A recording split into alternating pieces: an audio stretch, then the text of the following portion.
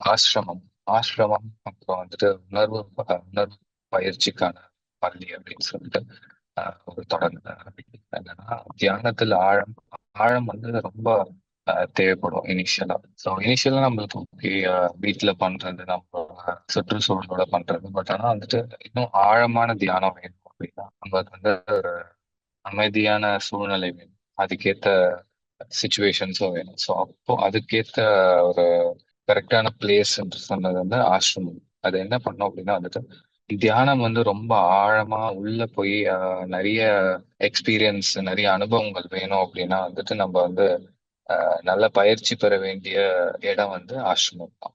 அங்க என்ன இருக்கும் அப்படின்னா வந்துட்டு அமைதி, உண்மை உணவு, நல்ல புத்தகங்கள் சார்ந்து இருக்கும். அதுக்கப்புறம் வந்து மக்கள் ஒரே ஒரே குறிக்கோளோட ஒரு ஆஹ், ஒரே ஹைட் அண்ட் எமோஷன்ஸ் சொன்னால நாங்க உயர்ந்த ஆற்றல் நிலையில இருக்கிற மக்களோட நம்மளோட பழக முடியும்.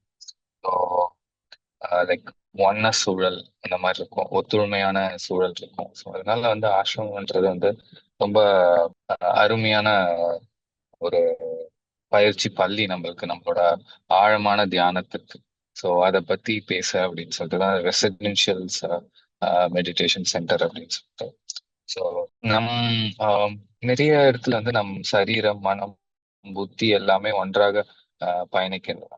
ஸோ தியானம் பயணத்தில் நம் உடல், அப்புறம் மனம், நம் உடல் நம்மளோட பிசிக்கல் பாடின்னு சொல்றது, அதுக்கப்புறம் மென்டல் பாடி மைண்டு, அதுக்கப்புறம் புத்தி, அப்புறம் தனிப்பட்ட ஆன்மாக்கள், அதுக்கப்புறமா ஆஹ் ஆஹ் சேர்ந்து செயல்படுகின்றன. ஸோ அதுக்கு என்ன அப்படின்னா வந்துட்டு தியானம் வந்து ஒரு கருவியா இருக்கு.